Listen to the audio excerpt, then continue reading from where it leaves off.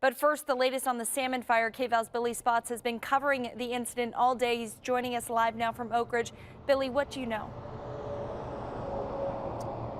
Well, thank you, Kendall. You covered most of it. This fire began yesterday at 2:30, as you said. It's been about 50 to 75 acres. The reason why there isn't a set acreage on that fire just yet is because crews haven't been able to map it properly due to the terrain it's in.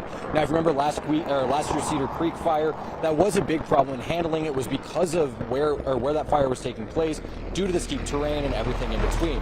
Now, I have been able to speak to people in Oakridge to kind of get their perspective on things as those level 1 evac get ready warnings came in earlier today.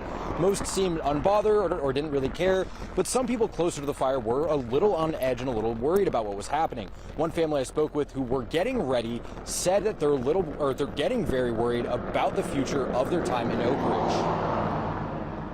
It's quite stressful, actually. This is the 3rd year we've been going through this, and so always try to get your main priorities in order, this particular evacuation level. And then level 2 is when you get a little bit more crazier, and then normally we pack up. We have horses, hounds, etc. to get all off the hill, so it's kind of intense. Now, I also spoke with the Public Information Office of the Willamette National, I spoke with the Public Information Officer for the Willamette National Forest, who said that the terrain in the area is easily the biggest obstacle crews are facing when it comes to dealing with the salmon fire.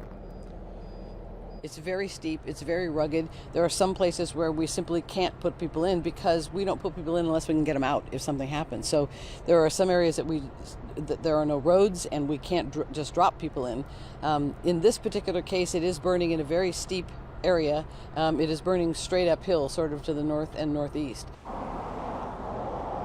Now, earlier today, the mayor of Oakridge actually released a statement saying that the fire isn't burning towards Oakridge, but they still want people to be aware and be wary of the dangers that this fire might present. Now, we'll keep you guys updated here at KVAL with more information as it becomes available relating to the salmon fire. I'm Billy Spotz reporting in Oakridge. Back to you guys. So much, Billy, and that terrifying feeling is just all too familiar for residents of Oakridge. Again, the U.S. Forest Service working on both the salmon and the bedrock fire. The latest report on the bedrock fire has it at 13,684 acres, still only 5% containment.